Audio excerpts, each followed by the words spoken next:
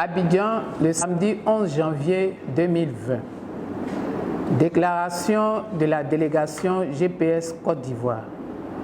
Mesdames et messieurs, camarades adhérents de Générations et Peuples Solidaires, amis et amoureux de la Côte d'Ivoire, le 23 décembre 2019 restera à jamais gravé dans la mémoire collective. Alors que la majorité des Ivoiriens se réjouissaient du retour de leur fils Guillaume Kibafori Soro, président de GPS, c'est avec stupéfaction que nous avons appris que l'avion qui le transportait vers sa terre natale avait été doté vers Accra, au Ghana. Déjà dans la matinée, des forces de l'ordre avaient massivement été déployées dans la ville d'Abidjan. Croyons-nous, pour assurer notre sécurité. Malheureusement, une fois le président Soro empêché d'atterrir en Côte d'Ivoire, ces derniers ont brutalisé et illégalement arrêté les dirigeants et militants de GPS venus accueillir leur président. Que personne ne se trompe.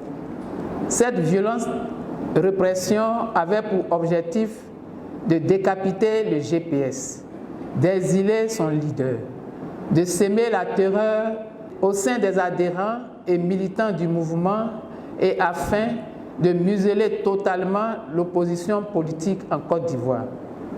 Voilà pourquoi les femmes de GPS que nous sommes exprimons notre solidarité à notre président, à tous les prisonniers, aux blessés ainsi qu'à leurs familles.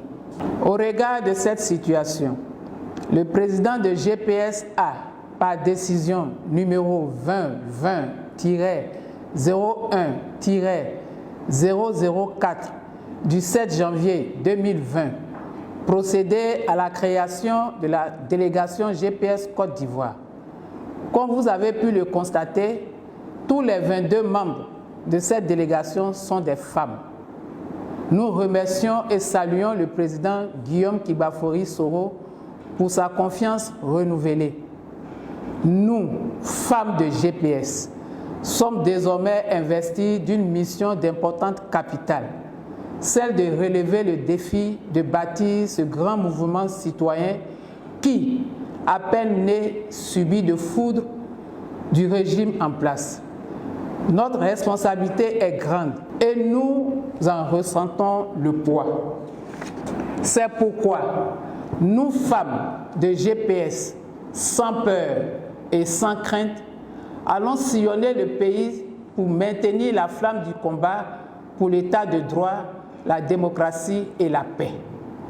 Nous, femmes de GPS, comprenons que toute cette vague de répression n'a d'autre but que de distraire les Ivoiriens par des moyens dilatoires en vue de confisquer le pouvoir d'État, de fausser le jeu électoral, ce que nous, femmes de Côte d'Ivoire, n'acceptons pas et n'accepterons jamais.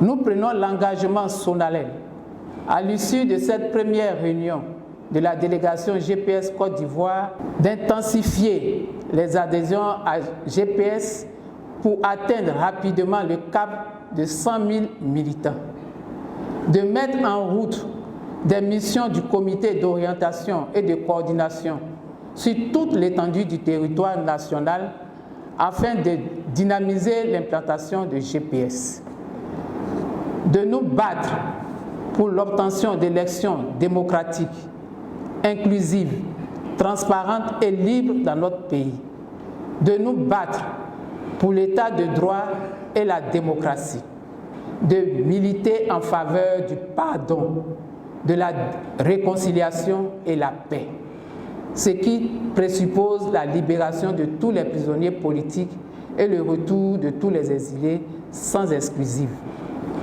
Ne dit-on pas que ce que femme veut, Dieu veut? L'histoire nous enseigne qu'à chaque fois que les femmes se sont mobilisées et unies, elles ont toujours vaincu l'oppresseur et gagner leur combat.